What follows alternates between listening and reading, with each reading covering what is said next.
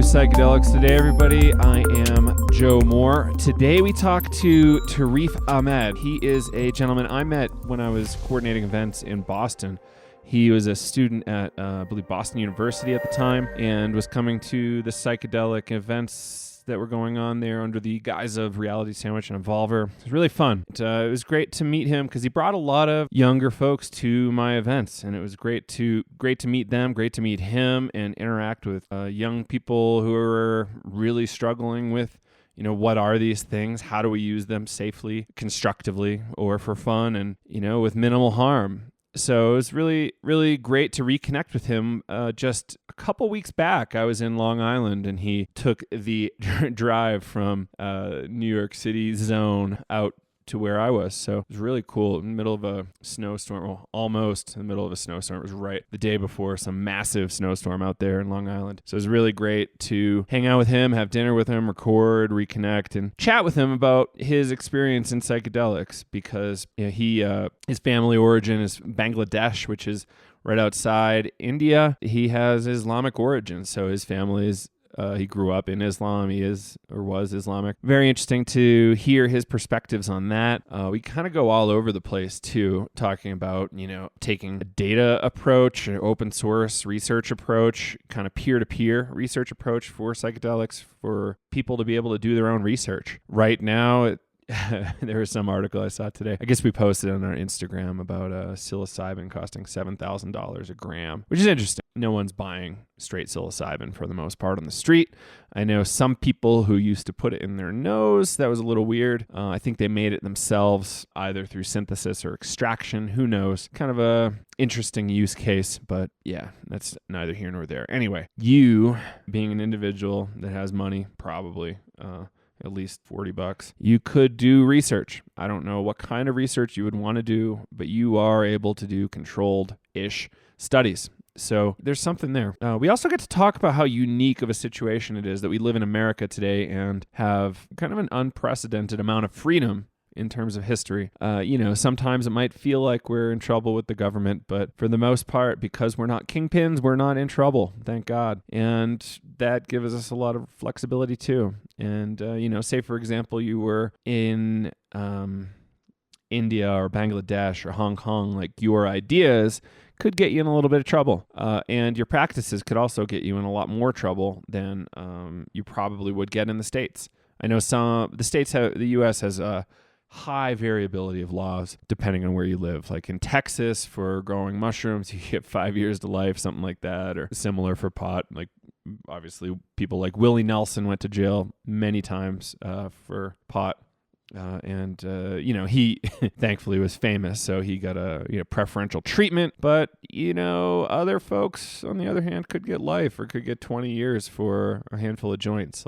Anyway, we have a lot of flexibility here. In some states, it's totally legal, or decriminalized, or at least defelonized, which is huge. You will not have a felony. I believe it was in Oregon, or at least Portland, Oregon, not have a felony if you get arrested with drugs, which is super cool. It's a step in the right direction. So yeah, we go all over the map. It's super great. I was really appreciative of Tarif's time and ability to take a 2-hour drive out to hang out and record with me in my hotel room. So Tarif, thank you, and really look forward to recording with you again. So a little bit about our sponsor today, Entheozen. You may have heard of them on the show. They make some really great products. It's a company founded by a friend of the show and member of the psychedelic community, Caitlin Thompson.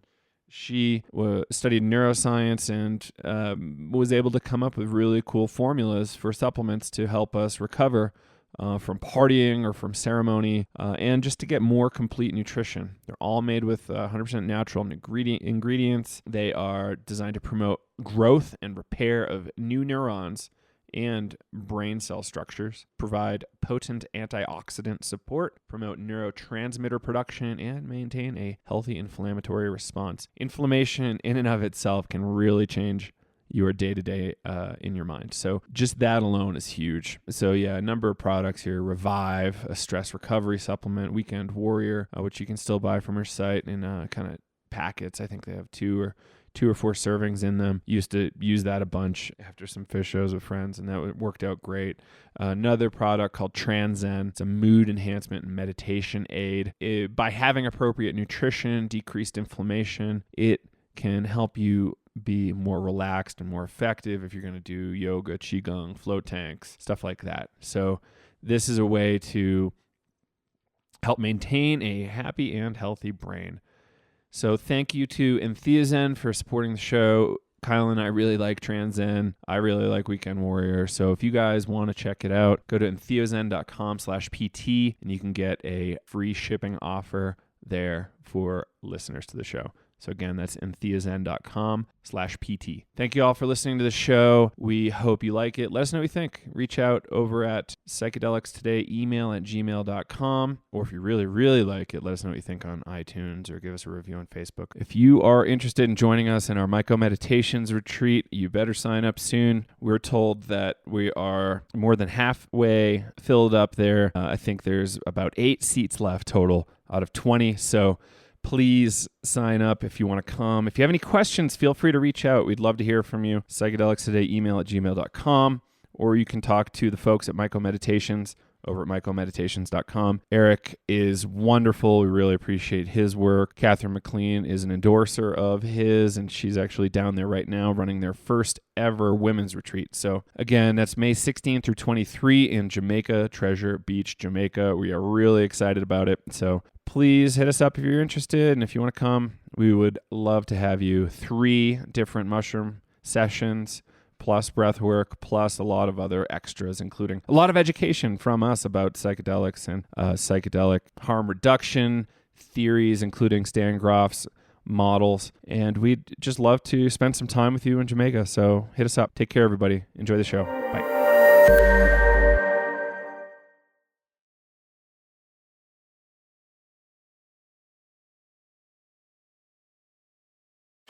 So we were talking about undergrad stuff, getting exposure to stuff by Doblin in person because he lives only a few towns away, thankfully. Yep. And just sort of the organizing machine of SSDP and some of the other clubs around just what I would say is the more rational drug policy. It was good to see that because most of the people, the reputation is you're just kind of like a hippie, lazy, useless person, and it's quite the opposite, actually. I saw very passionate young people care about a cause, learn about it, and then kind of figure out how they can do something about it. And I think, a couple years after that, marijuana has been legalized in the state of Massachusetts. It's been legalized recreationally in California. I mean, there's clearly an impact in empowering young people to be able to organize. So it was very valuable to be exposed to it there. Yeah, absolutely. And it's a freakishly complex issue, drug policy, but it's also, from a certain lens, simple. Like we were chatting about before, for instance, like a poor person gets arrested and they have a family, and that family is then impacted for generations as a result. Or like just the fact that we're putting criminals in jail, quote unquote criminals, for nonviolent offenses, victimless crimes in a lot of ways. What does that say about people? Or the fact that certain police officers, law enforcement, are willing to, perhaps become unethical. I don't know if that's the right word. Yeah. Become aggressive and violent towards people that have done nothing to them. It's not in defense, right? It's just, I hate you because you're not following the law. I'm going to put you in jail for 30 years. Like, really? Yeah, it is a little crazy how we handle just rehabilitation, criminal justice. Like, supposedly the criminal justice and correctional system is supposed to take someone who's done something bad and integrate them into society after they've done their punishment. It's completely, that's not what happens. In fact, most people that go into prison, I feel like the chances of you becoming a repeat offender are pretty high. Because of that system and just the attitudes about it. But, it's interesting that you mentioned that, because for me, a lot of the psychedelic culture is tied to the counterculture. And it's interesting that that's what happened, because to me, the way I look at it, these tools, they can be used to augment and make you appreciate the culture you're in. It doesn't have to be a tool for the counterculture. It doesn't have to break down the society. That's often what happens because it's been pushed to the outskirts, and the people who gravitate towards it already have their bones to pick with the dominant culture. But these are just tools at the end of the day. It doesn't have to augment that. How crazy would it be if police officers would get together and ritualistically consume psilocybin and really understand empathy and understand what it means to have this job where their lives are on the line, they have families to come back to, and like share in their brotherhood, but also share in like their duty to the community, right? Like that would be the logical use of the tool. That would reinforce the culture, not deconstruct the culture and break it apart. But I don't know how far we are from that point. Psychedelically informed law enforcement. Yes, please. I mean, to me, it's crazy that there isn't a component of this in leadership. To me, it would almost seem obvious that you'd want a process that your leaders would go through, which shows that they've faced their ego, that they are willing to be a person that puts it all on the line and sort of ritualistically go through the process of opening themselves up for us in sort of the ultimate show of service. But we don't have that either, and you'd think we probably should. Yeah, absolutely. So let's chat a little bit about this concept of psychedelics and race that we chatted about earlier. So where's your family from, like, culturally? Yeah, so my family, we're from Bangladesh. It's part of the Southeast Asian subcontinent. Very similar in culture to Indians and Pakistanis, but very different at the same time. So it's a culture that's very interesting. Like historically speaking, Buddhist, Hindu influence, then Muslim influence, and all of those individual cultures have components of this kind of psychedelic thing. But really, where I came from, my family back home, or the family I was raised with in New York, it really wasn't something that the psychedelics was way off field. It had no place in that world at all, and it was something completely off base. And it's interesting, I bring that up because one of the things that it served to do for me was to help me identify my own identity. Experiencing those substances, often the experience that people go through is intense introspection and also understanding who they are and their place in the world. Coming in with a different culture and having that kind of introspective look, you really do understand like where you come from and like how you were made as the person you are. So I don't know if I would have understood my culture and my relationship to the culture if it wasn't for that kind of like opening up that comes through a psychedelic experience.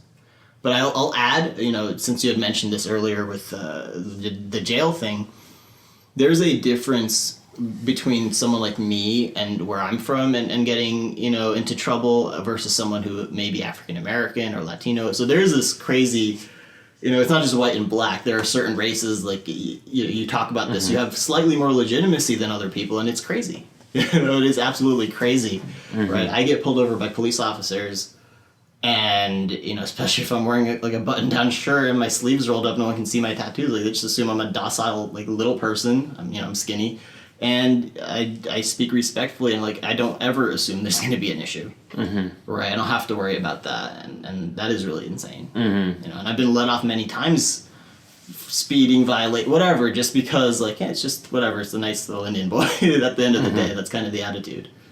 Yeah. So sorry to tie that back into the drugs. It's a big deal. It's like, to me, I almost feel like it is important to be a representative of psychedelics as like a movement because of that legitimacy you have and maybe people of my same ethnic background who tend to be successful in American culture. Like maybe it is the responsibility of some of us who've experienced them to be vocal about and supportive of those substances and what they've done for us, because that's the benefit of the privilege we have. Why else would we? What else are you going to do with that privilege? Just kind of keep your fun to yourself. It seems a little unethical for me to do that. So yeah. I do try to engage that topic if I can. Yeah, that's a big deal. And living in the New York area, like that's obviously a big topic right now. Is like we have to talk a little bit about privilege. Yeah. I say a little bit because I don't think we need to talk about it a lot, but how much really is there to say? Yeah. And people somehow stretch out the subject quite a bit.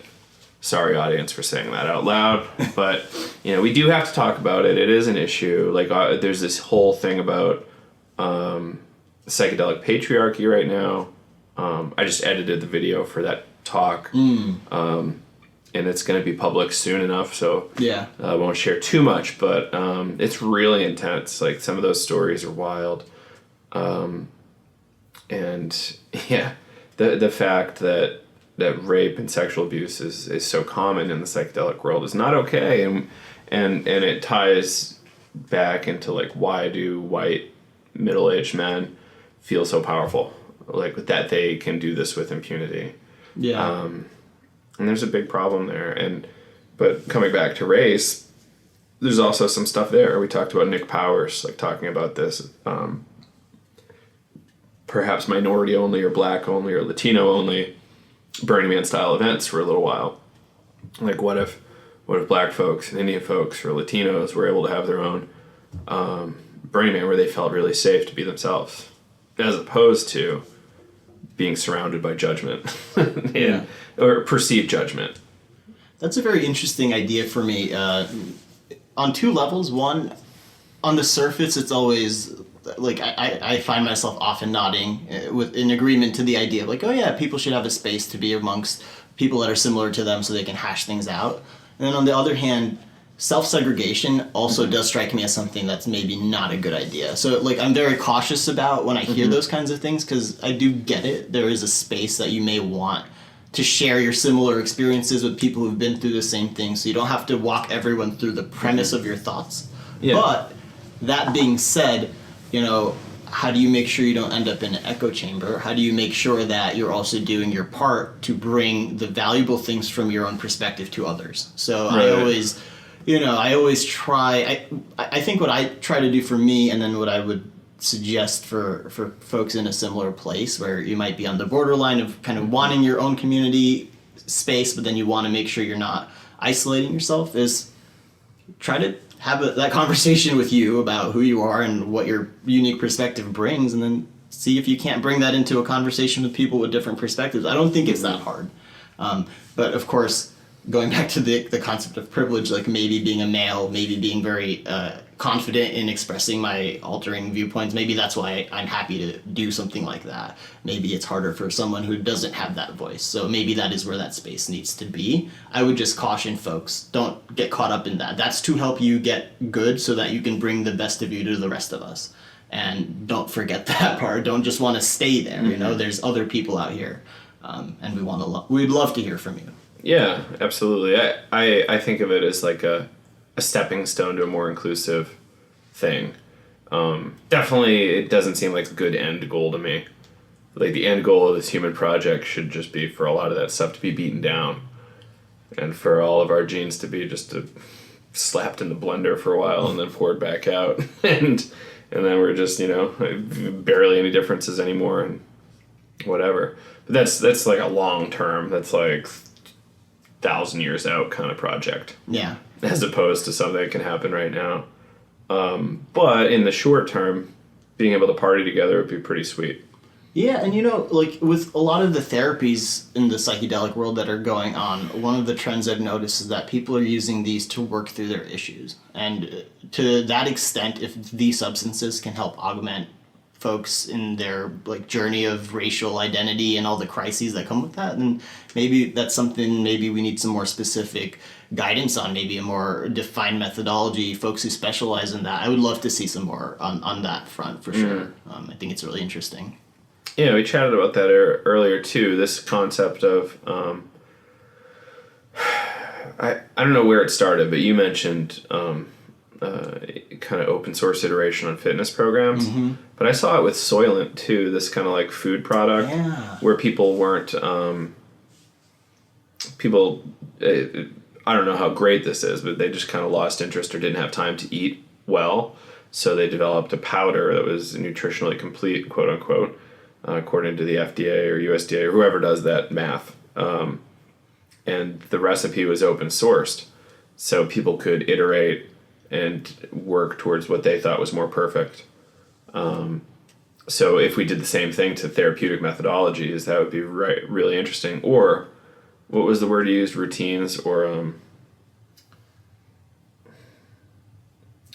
regiment. Yeah, regiment. Yeah. So yeah, it's interesting. Like yeah, I mean, I think what we were talking about earlier with the fitness programs, right? People would throw up a fitness regimen that they developed, or they done some research, they put things together, showing their mastery of whatever concepts are involved, and they put it out there. And what's useful about that is that now you have a context for the substance or whatever the transformative experience is. So similarly, if you're presenting, these kinds of substances and a regimen for them, right? It helps ground people in like, okay, let's try it this way. What did we get?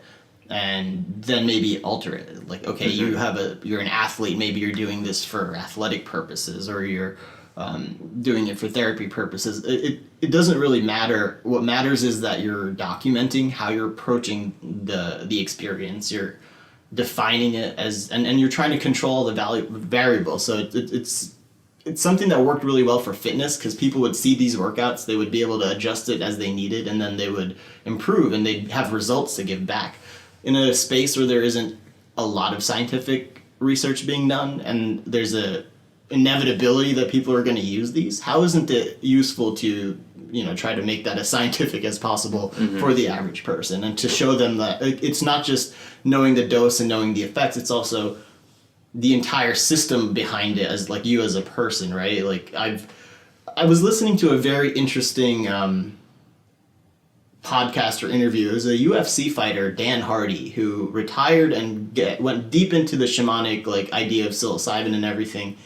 And he was so specific about his regimen, what time he woke up, what he ate for, a couple days before, when did he hydrate, what kind of physical activity he was doing. It was so meticulous, but if I was to replicate that, I would know exactly how to start. I would have that starting point well defined for me, and I could iterate my own way and then bring that back. And someone might do it differently. And that's how you map uncharted territory, right? That's the most important part to me. Sharing notes and taking good record keeping. And for sure it's not easy, because you're talking about things that involve the mind, but doing that upfront work, I think, is important. A, to show respect towards what you were doing, which is altering your consciousness for whatever purpose, and then B, also there's a safety component. I think the more information you have and the more information everyone else has, the safer it could possibly be for us, so I think it's a cool idea. I would love to see some more about it. I don't know how anonymous or public it's going to be, but Tim Cools from psychedelicexperience.net is working on something like that. It's just a really nice psychedelic reporting thing where we can do software analytics against it. And I think there will be places where you can keep track of your own journal and make certain parts public or not public. But I think there might be some interesting stuff there. You're seeing a lot of it with the microdosing movement, I think. I call it a movement, but just the trend of folks getting really into microdosing. Yeah. And that's a cool thing, because it's showing me, someone who's very data-driven, and I love looking at trends and analyzing things. The microdosing movement is a really positive step in the right direction. Folks across the border, not just going for the crazy experience, but going for the tangible benefits on a daily basis, and then how they're doing it. So maybe it's already there. Maybe maybe we just need more there. Yeah. Maybe what I'm talking about isn't just the dosage of the substance too, but the whole lifestyle package, the mindfulness, the diet, the exercise. How is each person's package of that? How is that augmenting their life, and can we study from that and then learn from it? Because, and maybe for folks that read a lot about this stuff on the internet or get it through secondhand sources and friends, there's just so much information about this world. And the more you get into it, the more confusing it could be, right? It's just so many different interpretations of what's right and what's wrong, from recreational to therapeutic to ritualistic. It's overwhelming amounts of information, and the best way to give you more tools is to try to be strict about how to approach the methodology. What do you think about this? So I had somebody comment on an email I had a while ago. We talked about psychedelic integration, but this person's point was about how it might be better to have like a long-term psychedelic mentor than to just work with an integration coach once in a while when you're having a rough patch. So, somebody that could work with you over the course of like 8 years or something, maybe a therapist or psychoanalyst or whatever. But somebody who could help you work through like a lot of these things, as opposed to fighting for information on your own, on the web or whatever. I see benefits to both. I see abuse potential, and not necessarily abuse potential on the solo side, but you could get lost here and there. Yeah. But with a mentor, you have somebody that kind of made it, didn't necessarily lose their shit, permanently at least. What do you think about that kind of idea?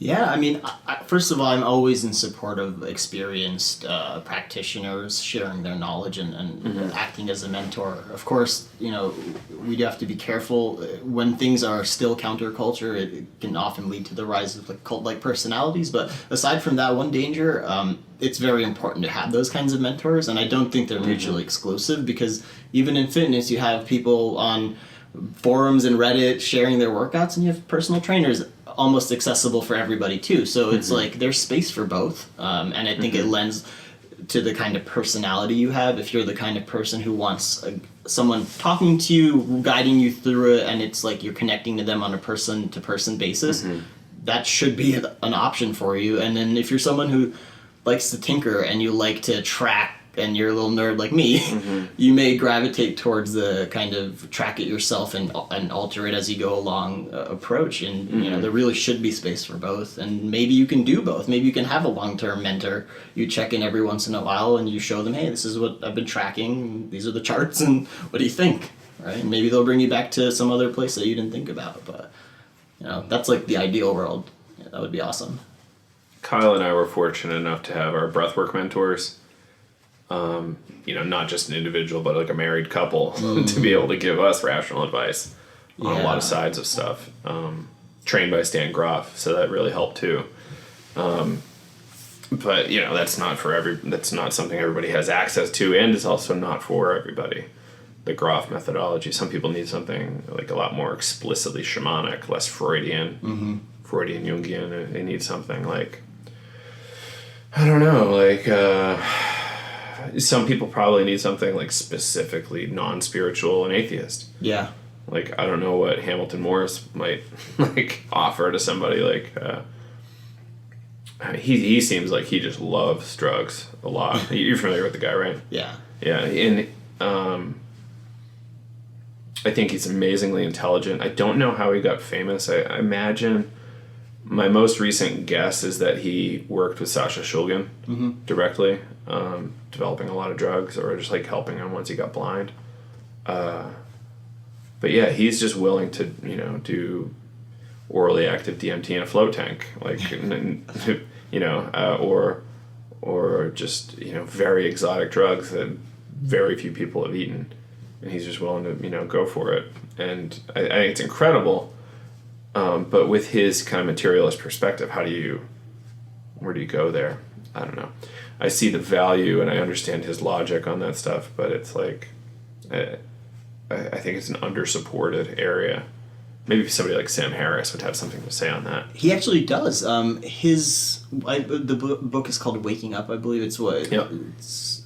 He talks a lot more about meditation, but he touches on psychedelics. I think his opening chapter, he's on a psychedelic experience, and he's having this breakthrough moment. And it is something he talks about. I think his perspective is that, and this is something I agree with, it's like, even if it's not real, like, what you're getting out of it is feels real to you, so that's positive. And yeah, for sure, sometimes people will need that to make sense of the experience for them. And like sometimes they don't need to buy into the shamanism and the, for lack of a better word, the spiritual stuff, right? That may not resonate, but the feelings of empathy and compassion and ego dissolving, like you're still feeling that. And if there's a humanist or realist or some sort of atheistic and rational way to understand that. And I think there is, and I would say Sam has given that a good voice, and I think there's others. There's got to be others who aren't bringing religious, affiliations into it necessarily. And you have the Santo Daime and those kind of ayahuasca Christian churches, and they've kind of gone the other direction, where it's like totally take a faith and then add the psychedelics to it and augment that. So, I mean, going back to what I said earlier, for sure this can be a tool to augment the culture that we have. It doesn't have to be a countercultural, break apart the norm kind of thing. So, yeah, I would say for sure there's space for that perspective of an atheist just as much as there is for the religious one. Yeah, that makes sense. Like Buddhism doesn't necessarily, the practice of Buddhism itself kind of is religious, but the practice of Buddhism doesn't necessarily need to be. Right, that the practice of Zen, right? Yeah, where you're just doing mindfulness and, and taking those, what are the Four Noble Truths and Eightfold Path, stuff, saying, okay, let's just do these things and let's see if we get happier. I like it because it's kind of experimental. And it's like your fruits are the proof. Yeah. That kind of thing. The premises, the suppositions in Zen also, like the Four Truths and the Eightfold Path, like those tend to not be too hard to digest as well. Like life is suffering. Like, yeah, I can observe that, and detachment from detachment is the way to end the suffering. Like that also makes sense.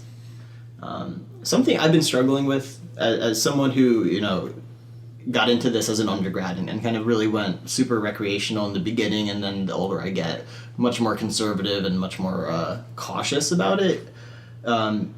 Even promoting things like this microdosing and very methodological approach to the substances, I'm not sure if there's enough context to these experiences. It's almost like we're certainly still playing with fire no matter how refined we get with this stuff.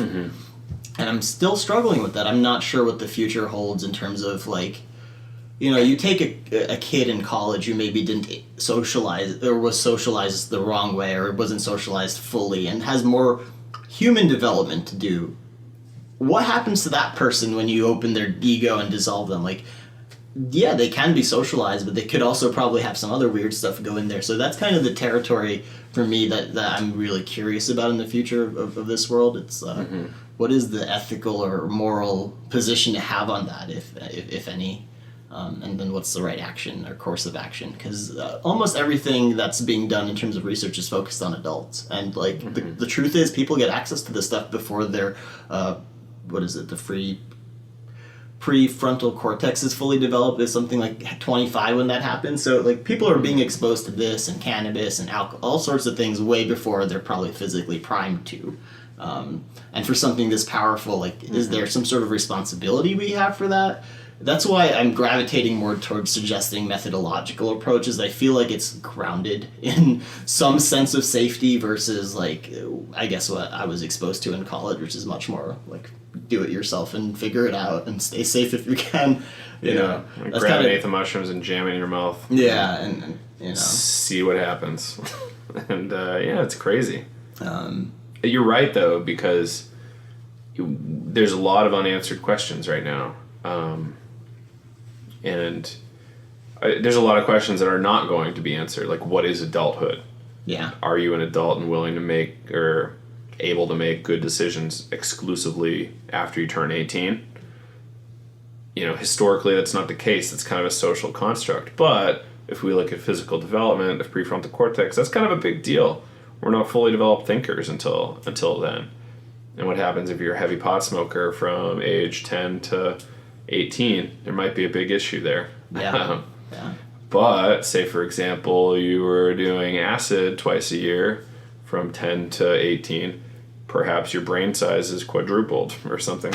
It's outlandish, but perhaps you have more brain mass and gray matter. These are things that need to be studied and looked at. I got into psychedelics really late, relative to a lot of folks. So I kind of would, well, I got into substance abuse early, but not not necessarily psychedelics. Would have probably had a lot more fun if I did that instead, but whatever. I still had a great time. But yeah, researching and being methodological, I think, is something we need to look at. There's this concept of rites of passage, like developing these rites. So you become an adult at the moment of this ceremony when you're eating mushrooms or whatever it is, peyote, for your first time. And one of the results of us not having rites of passage anymore is gang violence and fragmented families and kind of moral crises that we have as individuals. So I think there's something there, like, you know, maybe every time when somebody turns 15 or 16, we can give them this experience, and then perhaps we're going to have substantially less, you know, social, I don't want to call them deviants. I don't know. I think you understand my gist. I just can't come up with the right word. Yeah, no, I totally do get the gist. You know, antisocial, just folks who haven't bought into the society. You know, they haven't fully understood where they belong, and they don't understand why they have to do the things that they see everyone around them doing. And there's like an apathy and sort of weird nihilism towards life, which is very scary and very real. I think, you know, depression is at an all-time high, so a rite of passage kind of based on this augmented experience would be amazing. It'd be amazing for a lot of young boys, just as a young boy growing up in America and not having those things or having to seek those out myself very specifically in order to have those experiences. It could only be a good thing. And maybe going back to just the benefit of this methodological lens, I would, not to fixate on that too much, but just I guess one important point I wanted to make was by presenting these kinds of things in that way, I do think you'd expose people that wouldn't have come towards this to the idea in a way they might want to engage with it. You know, bringing a super rational-minded, analytical kind of person and showing them data may make them respond versus like someone from a counterculture or burner culture perspective talking about art and feelings and compassion. Both minds are really valuable, and you want to make sure you have both perspectives. So, you know, that's what I'm really hoping, is that as we move towards the future and all this great research that's being done, we will start to see more of the rites of passage. I think on Maps is even on their website, they have a component of like families and how to kind of what the relationship should be between these substances and rites of passage. I remember reading a PDF on their website about it, and you'll see more, hopefully. You'll see hopefully more between like parents and their kids using that to, you know, maybe what you'll see first isn't a parent putting their son or daughter through a rite of passage. It might be the son or daughter using these to bring their parents closer to that end of lifetime period, to help them work through those emotions. I think that might be more of what'll happen first, because the ethics of it just make more sense, right? Someone is closer to life, and you being able to have the ability to give them some peace about it versus like a child and like all the ethical dilemmas that come with that. So maybe that's something that we'll see more of. Yeah. And it's kind of this progress, like what's the lowest hanging fruit? Yeah. And I think in general, it's just kind of, it's like we're covering territory and like trying to make the argument that this is a good thing across multiple different fronts. So yeah, that was some of the first research I think allowed. Again, recently, so end of life anxiety, Hopkins, I think, NYU, I think, but Stan Groff was doing this forever ago with acid, in I think Baltimore, not Hopkins, but it was Maryland Psychiatric Research Institute or Spring Grove or something. So it's really interesting that we have like this long history of this end of life anxiety stuff. Groff, reading a lot of Groff when I was growing up, he has this kind of sub theme of these things just helping us prepare for dying. Yeah. So like in a lot of ways, also living, but you know, prepping for death is very helpful because you just have less fear overall, hopefully. Yeah. In the long run, if you do these things correctly, and that's a big deal. Like a lot of his argumentation comes around it in my opinion, transpersonal experiences helping the individual understand that they are not their body. Like you are not your meat suit. Meat suit, yeah. Yeah, you are something else. Not necessarily what you are specifically, but you are not this thing. It's pretty interesting. So let's circle back to race stuff. So did you grow up in Islam? Muslim? Yeah, so my family is Muslim. Yeah. And I was raised in that tradition for the first 18 years of my life. I do not consider myself a Muslim anymore. Yeah. Or at least like not a practicing Muslim. You can't erase your identity from yourself, no matter how inconvenient it becomes in your current situation. But I no longer follow the religion. I wouldn't say I'm a believer by any stretch of the imagination. I kind of always didn't monotheism never really struck a chord with me. It didn't really make sense just on an intuitive level, but culturally, for sure, I was raised Muslim, and my family very much still is. And like that's one of the coolest things about this psychedelic perspective on my upbringing. It's like I was able to learn about like Sufism and the mysticism that kind of does have a place in Islamic culture, and you like kind of look at Islamic art in a different way. They have so many stipulations about what you can and can't show, and yet there's these gorgeous mosques and these very psychedelic like patterns of geometric patterns and everything, and it's like, wow, that's crazy. Like Somebody was tripping. Someone was definitely tripping. That's when you see that, and that's exactly the first thought that comes to mind.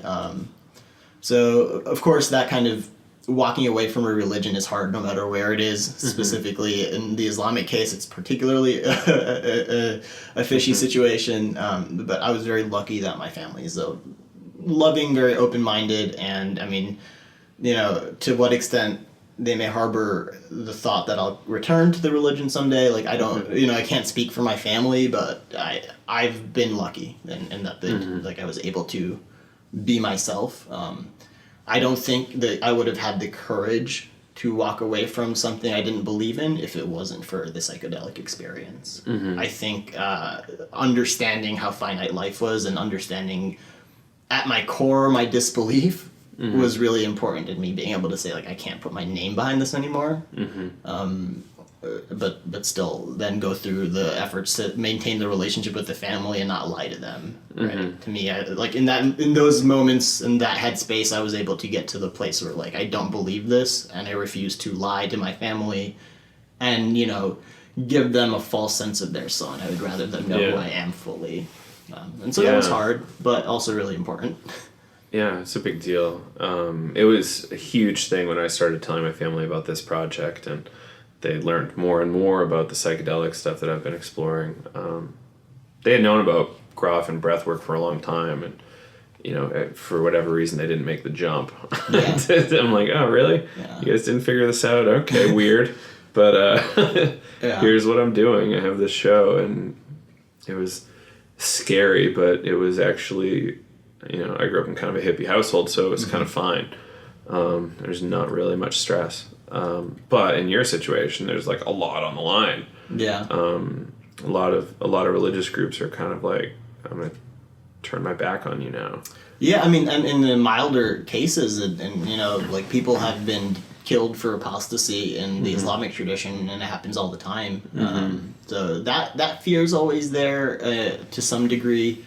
But you can't fixate on that kind of thing, right? Especially if you're lucky and your family's accepted you despite your walking away from something really important to them. I would consider myself very fortunate. Now, that being said, I know that maybe other people won't have that. And for those people, those are the ones I really wonder, how can we help bridge that gap for them? I mean, maybe going back to something we talked earlier about those spaces for people just like yourself, like maybe that is something that needs to be done, like former Muslims who also appreciate psychedelics club. Trying to think of how that would work. It'd be like a Islamic youth group, and I'm going to this new youth group down on the south side of the island, and then you walk inside and it's like P-Funk on stage, like and it's just like all your peers that you grew up with. It's interesting to like imagine how that might work. I would almost say that it would work better if someone did still believe in the religion and then wanted to use it, because then you can meet people on their religious and spiritual grounds of like, hey,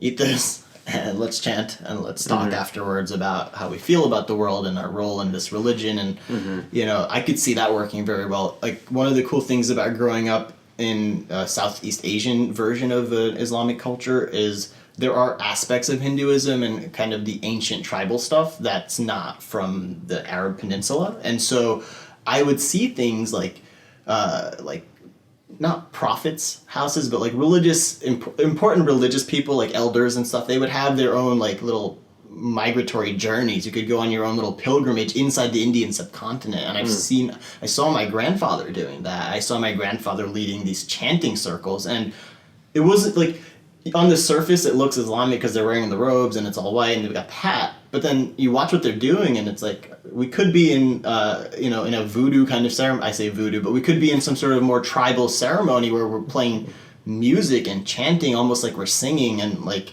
it's not the Islam that you think it is. And so like there's already kind of the infrastructure in place already. So sometimes I couldn't tell if my grandfather was on something. I knew he was really a spiritual person. Nobody in my family is really that like strict religious, at least the immediate family, and my grandfather certainly wasn't. But if you, looking back, if someone told me like, yeah, your grandfather took a small dose and was running that chanting ceremony, like I wouldn't question that, because it fits. Like I said, the mechanism is already there.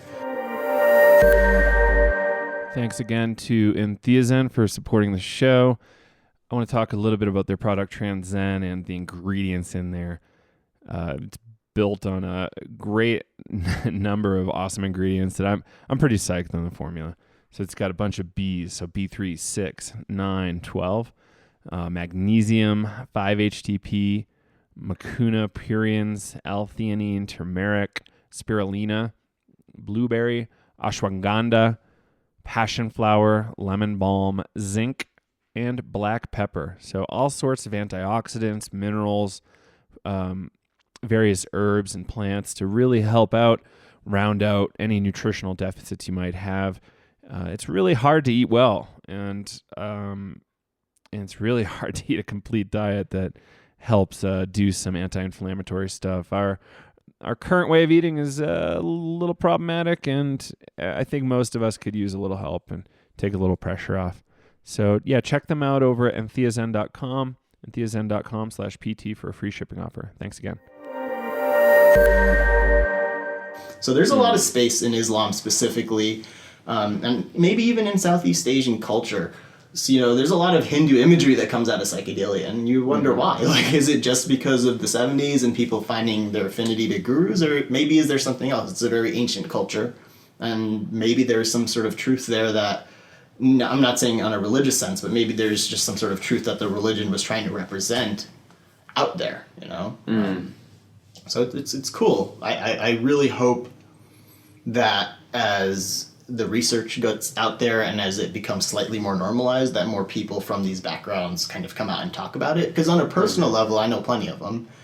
How many are willing to talk to their families about it, talk to the next generation of kids about it? That maybe not as much. And how many of them are willing to go and put their voices into the actual world? Not that much, right? And so you do see a leadership of this community looking a very specific way or following a certain demographic, and that'll probably change soon. Yeah. It's just listening to you. It sounds like it's very easy for it to take off. There's cultural resistance for sure, but it sounds like it's not as far away as you might imagine. Especially in a densely populated area like New York. Yeah. Where, you can get away and say, oh, we're doing a little study group. and I'll be back in tomorrow. And that would be really interesting to actually do like Quran study in like a group of 4 to 5 people, like while on acid or something, and just really getting into it and maybe doing some prayer and chanting. Like, that's kind of interesting, because that would probably be really deeply meaningful. I don't know what would happen, but I imagine something very interesting.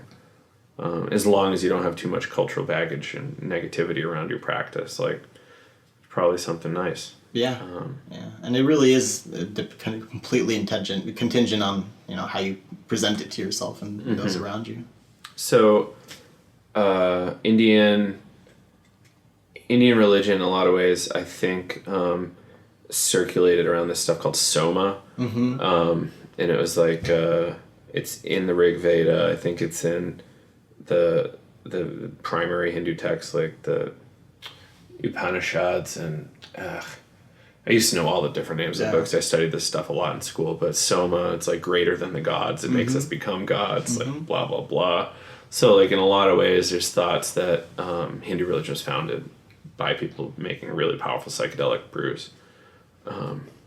And who knows what those are, but yeah, there's something there. There's something in that culture that looks psychedelic from the get-go and somehow hung out for thousands of years. I mean, I'm convinced even the Abrahamic faiths have some component of that. I mean, the burning bush, like the acacia bush in that area is a known psychedelic and hallucinatory substance. And yeah, it contains a lot of DMT. Like, what does it take to burn a acacia bush in a tent and get super high on DMT? Yeah. And even in Islam, there's that story of Muhammad taking this flight in the middle of the night. I'm not actually sure if you're familiar with it, but not too much, during Muhammad went he was born in Mecca and in that area, and then he left to this other town called Medina. And somewhere in that journey of where he wasn't fully in control of Mecca yet, he took this flight to heaven, or supposedly took this flight to heaven on this like flying horse.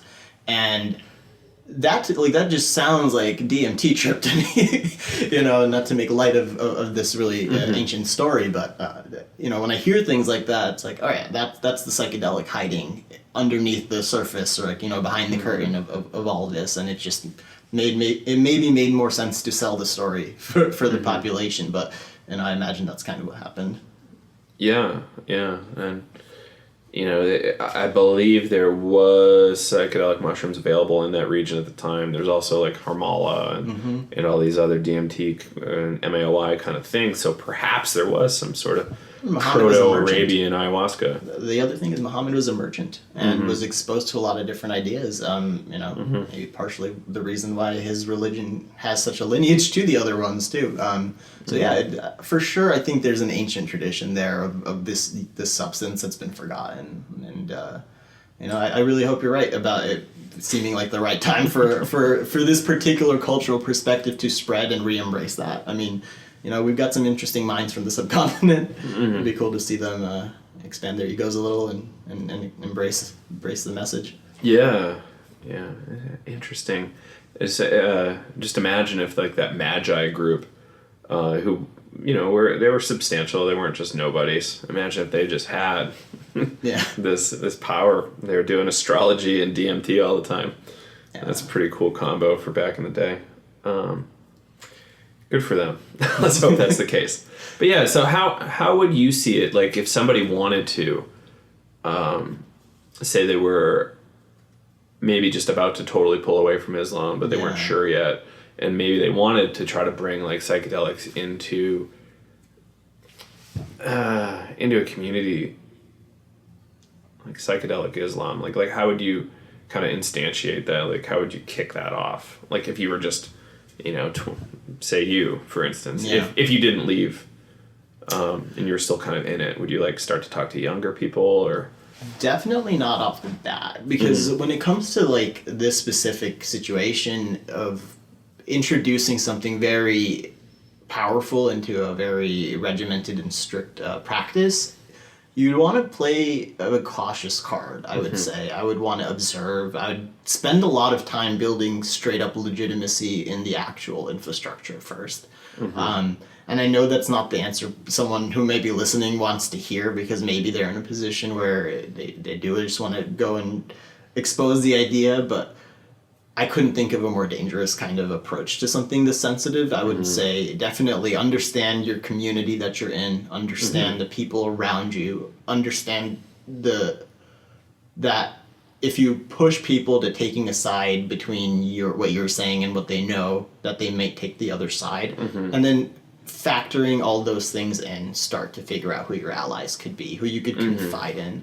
And maybe you'll even discover that it's a personal thing. Maybe on your personal basis, you decide, like, during Ramadan, I break my fast with this kind of stuff, or like on a certain significant night, I do a certain kind of soma derivative or entheogen after breaking my fast for this purpose. And then that works for you, and you maybe spread it to people you trust, and it spreads from there.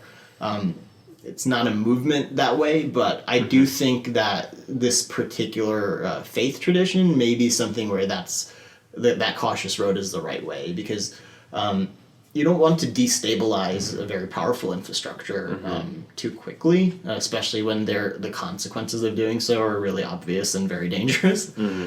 So I would suggest that. I think maybe an internet presence is also important. I know there's a lot of resources. I say a lot. There's a decent amount out there for people who have left the faith, but maybe not people who are in the faith but want to spice it up, so to speak. And maybe there should be. I certainly sympathize with everyone who is in that position, because it's not easy, and I'm very lucky. You know, like, my parents listen to some good music. Like, I could point to them to the stuff we listened to growing up and saying, like, you know, the Police and the Beatles and stuff. Yeah, you could blame those guys for my views now. Like, you know, the stuff was already out there. But if you're, you know, coming from a way more conservative family, I would feel wrong giving you specific advice. So I would say you have to really develop your intuition, you have to develop your social skills, and you have to be observant and careful. Yeah. Yeah, that's huge. Like, it's scary.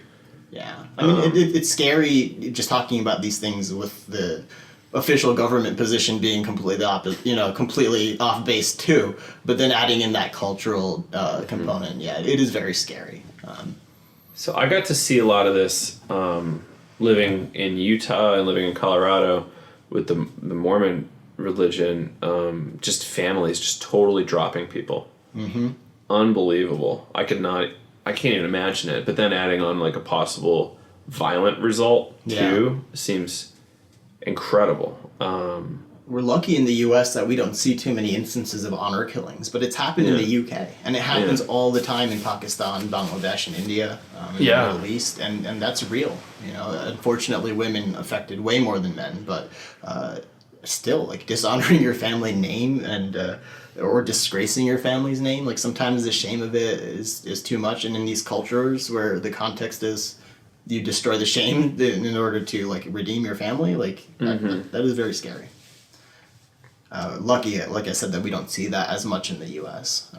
And, you know, back to the socioeconomics, we tend to have South Asian people in America be very economically successful, whereas in the UK that's not the case. A lot of the people from Bangladesh specifically have poorer labor level, like, you know, labor jobs, blue collar jobs, or lower restaurant industry jobs, and there's a certain level of closed-mindedness that comes with the economic struggle, right? When you're rich and privileged and you have some time, you can think about stuff, and you don't have to get all worked up over your son deciding to go do some crazy thing that you'd never seen before. But if you know, money's tight, you don't have that freedom. It's hard. So there is that component where the U.S., I think, has a little bit more flexibility and room for you to breathe if you're from that background and you want to engage with these kinds of things. Yeah, that's interesting. It's really cool to know that we have this kind of, like, opportunity here. And that's, people shit on the U.S. a lot, and I'm like, come on, man. Like, no, we have a very unique opportunity here, cultural opportunity here that the rest of the world doesn't necessarily have. Like, you might think, oh, whatever, the U.S. is so behind, but it's not necessarily true. Yeah. Like, Europe has so much fucking baggage. So many countries have tons of baggage, and here, all that baggage is kind of just like a cool, like, something you would find in an antique shop. You're like, oh, you think that? What a fucking caveman. Yeah. Like, really? You know, I'm sure there's subcultures where it's not the case, but for the most part, I think the culture here is, like, really, okay, women should only be in the kitchen, right? Sure thing. Like, I'm stuck in this position in life for the rest of my life. You know, for a lot of people that is true, but you know, for lucky people who can break through, it's not always the case. Like, you can go from janitor to CEO. It's not impossible. It's not going to happen for everybody, but it's not. Yeah. You know, there is a chance. Like, I think people don't sometimes get that there is a ton of racism against like Scottish and Irish people, like an absurd amount. Like very similar to what you would see with other folks. Like Irish people were the worst, like absolutely the worst for a while. They eventually became kind of mainstream and it was okay, but you can see it play out a little bit. Maybe I'll go light on this one, but kind of conspiracy oriented. Like, there's only been one Catholic president. Like, for instance, Kennedy, kind of Irish, and he was killed. And what is the reason there? I'm not supporting the Catholic Church, guys. I'm just saying that it looks like there is some sort of establishment, at least at that point in time, that didn't accept that thing. And perhaps that's deep state, perhaps it's something else. Who knows? Bad luck. Yeah. But, there's something there, and it's, the Irish people eventually overcame. And I think we're going to see other minority groups also overcome. It's going to take a lot of self-organizing and support of allies, but I think it'll happen. But yeah, anyway, back to the psychedelic part and opportunity. Like, there's so much stuff there, and like acid's cheap. I think people might not understand that acid's cheap. Especially if you find the right stuff for the right price. Like, I don't know, what does a 40 cost? Like, a 40 costs, like, talking malt liquor. $2? Yeah, something like that. $1.69. Whereas for slightly more than that, you could buy a hit of acid, and that lasts a very long time. Yeah. And, it's probably best to have a test kit if you can have that, but...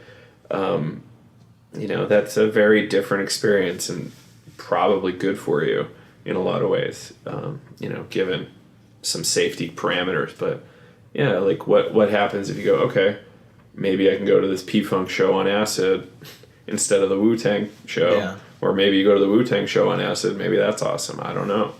It changes your world. Yeah. I know some of them were really into PCP for a while. I don't think that's necessarily good, but maybe acid is. Maybe try different drugs. Or say you're a black person listening to the show, maybe you try to talk to other black people about MDMA. Maybe they want to do that instead. Like Ja Rule sang about ecstasy a while ago. Did he really? I didn't know that. Yeah, there's a song called Ecstasy on 336. It's goofy when you listen to it. It's more about drug dealing and drinking at a club. Yeah. Orange juice and Evian. Yeah. But, it's interesting that that was a song I listened to heavily in high school. Yeah. and I think later informed my enthusiasm I have now for MDMA. I mean, for sure. I think, like looking at, going back to this opportunity, right, being here in America specifically, and having that space to explore, it's very unique to here. And for people, and I'm going to speak very specifically from my background, people that come from a South Asian culture where there's a certain pressure to perform a certain way in school and accomplish certain things economically and career-wise, having that exploration and then being able to share it with others, I think is going to be super valuable. And maybe one of the things to keep in mind is that when you are sharing these things with others, like having that legitimacy in your kind of your day job, I'll say day job, right? Having your legitimacy up front may be a really good way to break it through to others and just present it as like, hey, like I'm just like you in all these ways, except, I have this hobby of mine. I like to explore the mind, and this is what I've learned. And almost the more impressive of a person you are in your I'll say the legitimate lifestyle, not to legitimize this, but the public perception of you, if that is on point, the message behind it is also going to be taken more seriously. So like I really do think for people of South Asian backgrounds, that's one thing we can rely on, because we do succeed often on the surface on that kind of legitimate front. So like we are really prime candidates to be ambassadors for this thing, and I would encourage more people like me to read up on this and to do their research and to figure out what they feel comfortable with, and then start pushing the boundaries a little bit. Start pushing the boundaries the way you do intellectually at work, or physically in the gym, or just providing for your family. Like the tools are there. The tools are definitely there. And then maybe that sense of responsibility will come too. Yeah, that's interesting. I have a good friend I grew up with who was also from India but Muslim, and it was this I don't know, really special subsect. That's all I got out of it. It was like established at the peak of the empire, and then like faded away, and it became this like island in India somewhere, where it's like no contact with the rest of Islam for, I don't know, 1,500, I don't know, 1,000 years or 600. So it was like, just its own little island. But anyway, his parents were disappointed when he settled for a master's degree instead of becoming a doctor. Yeah. I think there's something there. Like if you get that high status thing in your subculture, like, perhaps you have to do that in order to make your, I don't know, become part of the culture, become the adult you want to be inside that culture, because otherwise you're not going to be recognized the same way or something. Yeah, I mean, it's not even recognition as much as like people don't want to trust. Like, there's this attitude, especially from immigrant perspectives, to survive and succeed, right? Because like oftentimes they've sacrificed a lot to just make it over here. So when you introduce things that are destabilizing, going back to that, stabilizing versus destabilizing thing, and you distract people from what they think they should be doing in life, which is taking care of their family. Like, that's going to be viewed as a threat, as opposed to someone who has that on point already and is then coming to you and saying, hey, this is really cool. This has expanded my mind and appreciation for life and family and everything like that. It's much easier to engage with that than someone who's coming in from that perspective of like, hey, screw your culture, screw your job, like screw all of this. Then this is the cool stuff. Right, that counterculture hippie as opposed to the lawyer. Yeah, and I feel bad saying that because this wouldn't have survived into the mainstream if it wasn't for the counterculture keeping it alive. But we're at this transition point in history, and I really do feel a responsibility. I've been talking about that word a lot, or at least a little bit today, and there is that sense of responsibility to do well, be a good person, and then you're the ambassador that this movement or this area of human existence needs. Right. This is I still do think it's a fundamental human right to be able to explore your consciousness. To me, like to explore your consciousness and figure out what it is to be alive and why we're here, if there's a reason at all. That to me is a fundamental human right. And that's at the root of all of this. It's not about the substance or consumption of something or even the ritual. It's about my ability to figure out why I'm alive, and these are one of the ways I choose to engage in that questioning. And I'm grateful that as I've gotten older, it's been more refined, but that's really the root cause of it all. Kind of a tangent. Sorry about that. No, it's legit. So where are we at? So say you could go back to like. You could give your sophomore or junior self at BU some advice. Would you be giving yourself any kind of particular wisdom?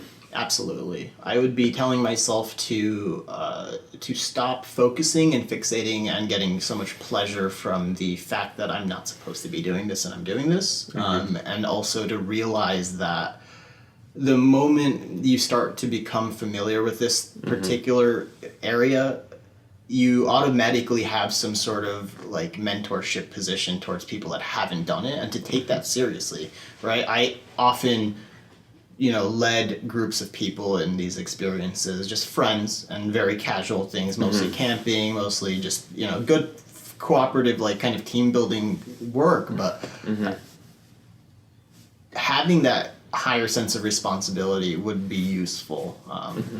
Having a more refined kind of structural approach to things, and maybe I didn't have that because it wasn't there, but now we are in that position, so that's exactly what I'd be telling myself. It's like, hey, like, be cautious, be respectful about what it is that you're messing with. Like, this is for lack of a better phrase, this is the realm of the gods that you're messing with, and like, don't treat it like it's just something your 22-year-old brain or 21-year-old brain can just like do on a whim. This is real stuff, and it can change your life and change the way you look at things, and be respectful about it.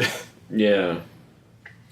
And I'm sure you've got like so camping obviously is one thing, but like I see most folks doing it at like a festival or like concert situation. It actually drives me insane when Really? I see that. Not to take away from how amazing those experiences are, because I couldn't, right? Like I can't take those glorious integrative experiences people have, but when you think about the risks and you think about how someone who's not in the right space might feel when their emotions and senses are all blending together in this environment of strangers, like that's a whole big risk. Like, that's a risk. That's a huge risk. And it's like, is it worth it? Maybe. And for some people, yes, it is. But, that's a question we should always be asking. And I think, like, the more legitimate this becomes culturally, the easier it'll be to navigate those things. But you still have people with alcohol issues at concerts, Like, this is the essential human relationship to substances, right? Like, who's abusing it and who's not. I just think that everything about psychedelics points to, like, you should have more control over your environment than a music festival. But, hey, people are going to do it anyway, so hopefully we can teach them how to do it safer, and places or organizations like MAPS that provide those tents at places like Burning Man, like this is all good. This is the right way to address a natural human behavior that's going to happen, which is people are going to do stuff when they're listening to music. You can't stop that. Yeah. It's so my I think it's dose dependent. Like, why are you doing 3 hits? It's your first time doing acid. Why are you doing 3 hits at a festival? Come on. Yeah. Or, maybe you're feeling a little unstable. Maybe you only take a quarter hit and back off.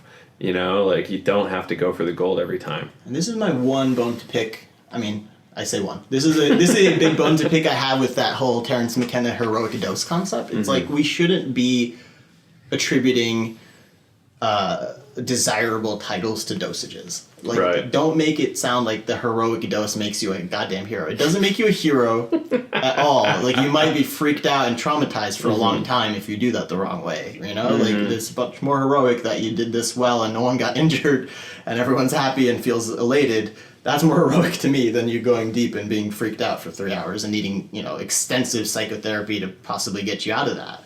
So, like, the terminology is really important in that case, and, like, we shouldn't glorify the high dosages. We shouldn't glorify the way, we shouldn't maybe glorify a lot of the things we do, like the crazy trips, man, the visuals, and it's like, it's hard not to, because that's the flashy part of it, but, I think the focus should be on the takeaways, the improvements to your life, the compassion, the dissolving of the ego, and I'm really happy that the medical community is taking the lead on that.